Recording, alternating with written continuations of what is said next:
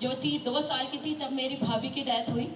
तो उस समय हमारे लिए ये निर्णय था कि और मेरी मदर की भी डेथ हो गई थी, तो हमें उन बच्चों को लेकर आना है, नहीं लाना है, क्या करना है, कैसे करना है। उनकी 2 बच्चियां थी, तब मेरे दो बेटे हैं, ट्विंस हैं, और मेरे हस्बैंड दोनों ने डिसीजन लिया कि नहीं, कोई टेंशन करने की ज़रूरत नहीं है।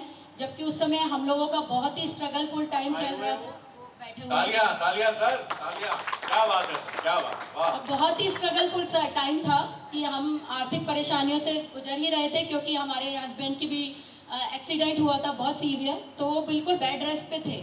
उस समय उन्होंने बोला था कि नहीं, एक मोरल सपोर्ट दिया उन्होंने कि नहीं, दोनों बच्चियां अपनी ही हैं और लेकर आएंगे। और आज जो एक बच्ची है वो HR है और एक रतलाम मेडिकल कॉलेज में पढ़ रही है। आहा, वाह। और मेरा एक बेटा है, कनाडा में है, एक गुड़गांव में इंजीनियर है। तो ऐसा नहीं होता, मतलब दोनों तरीके से होता है कि जब कभी हमें ऐसा लगता है कि पत्नी पति का साथ दे और पति पत्नी का साथ दे, दोनों के साथ से काम चलते हैं, तो ये होना चाहिए। विरोध नहीं होना चाहिए कि आदमियों को बुरा या औरतों को बुरा बोले। दोनों के एक दूसरे के कोऑपरेशन से काम चलते हैं। तो मुझे लगता है कि दोनों एक दूसरे के पूरक हैं, इसलिए तो शादी होती है, वरना शादी का मतलब ही क्या हुआ। तो पूरक बन के रहना चाहिए एक दूसरे का। शादी का कितना खूबसूरत मतलब समझाया है। पुरुषों समझ जाओ, यही मतलब है शादी का, फुल एक्सटेंडेड कोऑपरेशन। बिल्कुल।